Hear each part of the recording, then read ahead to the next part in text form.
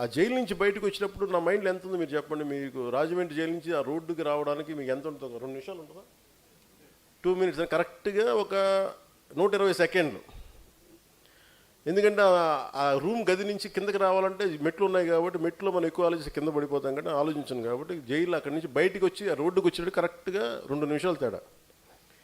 అంటే 120 సెకండ్లో నా నిర్ణయం చెప్పాలి. ఏం ఆలోచించవచ్చు? ప్రస్తుతం ఏ నిర్ణయం తీసుకోకుండా వాయిదేద్దాంలే, ఆయన క్షేమంగా బయటికి రావాలని కోరుకున్నానని చెప్పచ్చు. లేదా ఇంకొక చాలా లోపాయకారిగా మాట్లాడి తప్పించుకోవచ్చు. లేదా నేను ఢిల్లీ వెళ్ళి ప్రధానమంత్రితో మాట్లాడి దీన్ని న్యాయం చేస్తానని చెప్పచ్చు. ఇవేం చెప్పలే. యాజ్ సెడ్ ఇది నా నేల కోసం నేను నిర్ణయం తీసుకుంటాను. నేను ఎవరిని అడగను అనుకో. యాజ్ సెడ్ అందుకని నేను అలయన్స్ని ప్రకటించాను.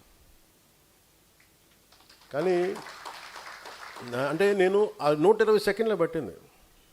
ఎవరికి ఫోన్లు చేస్తాను చెప్పండి? ఫోన్లు కూడా తీసుకెళ్ళడానికి లేదు జైలుకి వెళ్తే. అందుకని ఫోన్లన్నీ మేము కారులో పెట్టాం.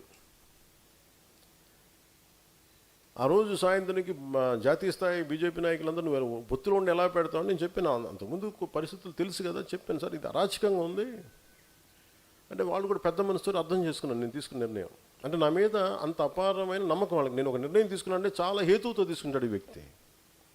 చాలా రేషనల్గా చాలా లాజికల్గా ఆలోచించి తీసుకుంటాడు తప్ప భావోద్వేగంతో ఒక ఆవేశంతో తీసుకునే వ్యక్తి కాదని వాళ్ళు నన్ను ఒక సంవత్సరాలుగా చూశారు కాబట్టి నన్ను నమ్మారన్నమాట.